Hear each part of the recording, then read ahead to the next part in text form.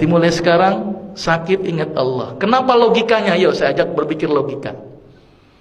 Ibu tahu di dalam tubuh ada yang namanya sel darah putih. Apa fungsi sel darah putih? Untuk melawan kuman. Kalau ada kuman masuk, dia bergerak.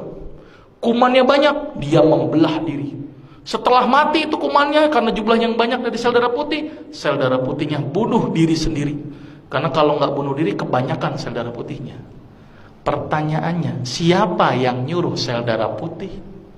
Kok gerak sendiri, belah diri sendiri, bunuh diri sendiri? Siapa yang nyuruh?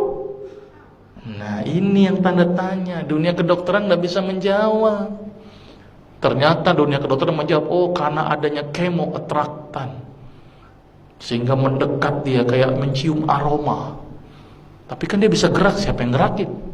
Terus dia membelah diri, dia tahu ini, oh jumlah bakterinya banyak, dia membelah. Setelah bakterinya habis, dia bingung, dia bunuh diri sendiri. Coba hebatnya sel darah putih. Siapa yang ngatur itu, Bu? Allah. Dan penelitian terbaru, sel darah putih bisa ngobatin plak pada didik pembuluh darah. Sel darah putih bisa ngobatin kanker. Berarti sel darah putih intinya dia bisa mengobati banyak aspek penyakit.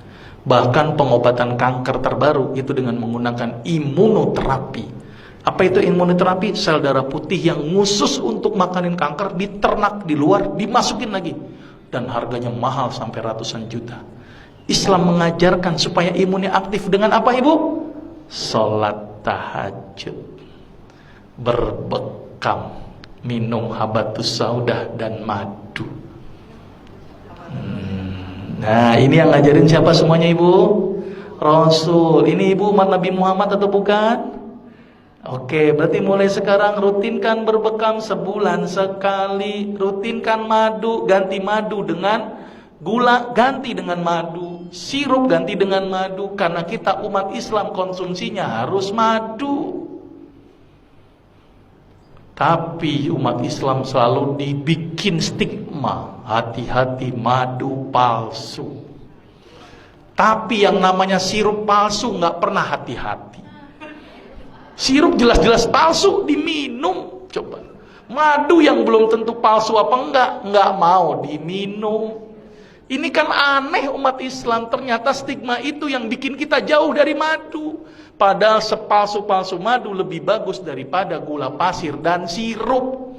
Karena madu palsu nggak mungkin dibuat dari gula pasir, tekor. Coba tekornya lupa. Satu botol madu butuh berapa kilo gula pasir? Petaninya dibilang, saya kena, ini tambahin gula nggak? Dok, secara teori ekonomi aja nggak masuk buat saya, dok. Orang saya cuma naruh kotak, ngumpul sendiri itu madu. Ngapain saya tambahin gula? Jadi nggak mungkin pakai gula, Bu. Tekor buat petani.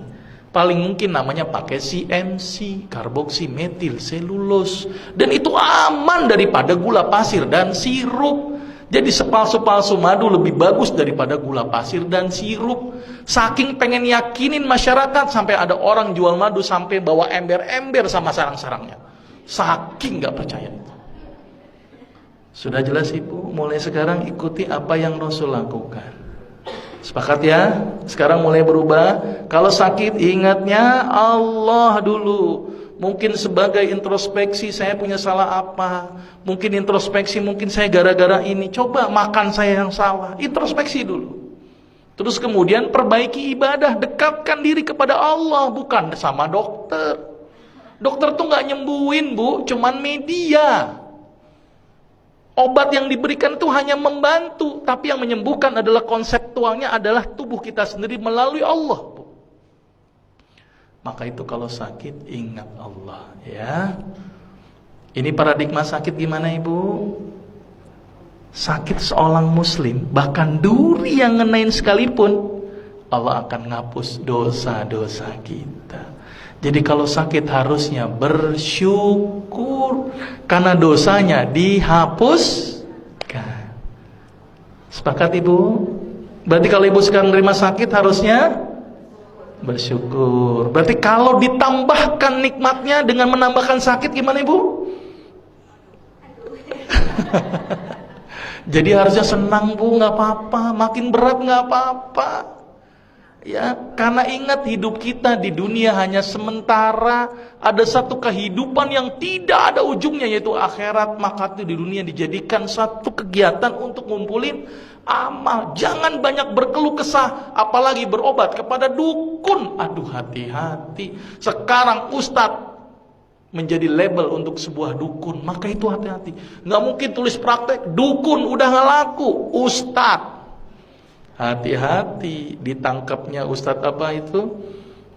Nah, Guntur Bumi yang ditangkap itu ustadz loh, nggak bilang dukun, ya kan?